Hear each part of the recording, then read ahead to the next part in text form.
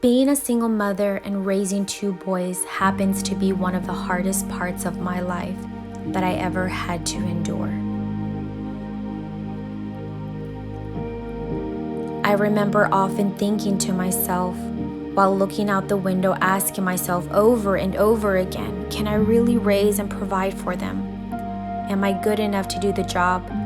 With such uncertainty in my parenting and doubt, I knew I needed something more towards my own life, and where I was going was not going to take me there and make me happy. The best part of who I became was when I gave my life to the Lord 14 years ago. It gave me something to hope for in everything I wanted to become and do. I knew that God had big plans in my life and that this was just the beginning of so many doors of opportunity. I just had to run with it. The best part was that I got to share those experiences and adventures with my two boys that I enjoyed every minute of that time I had with them. We became inseparable. Slowly, the Lord showed me what it was to laugh, to have fun with no limitations, run and be adventurous. My boys had always given me something to smile about, and we could never just stop laughing as the years went by. My life started to get back on track for the first time. I started to see the light from the other side, because God was making plans in my life that I would not even imagine. I was able to graduate from Nation to Nation College with a bachelor's degree in biblical studies. This was a moment for me where I really had the hunger and fire to be the voice to women and children who were in need of help from neglect and abuse.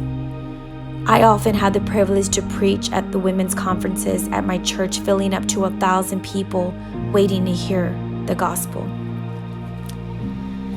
This has allowed me to build friendships that would last forever, that I could call family when I was in need of anything. They became part of my journey in becoming the woman I am today. With their testimonies and being the light to my walk, these women became the pillar I needed to grow.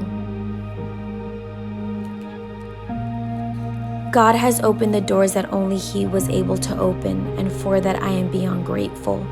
I now understand that we are all writing our own stories, page by page, and only we can decide how our own story will end.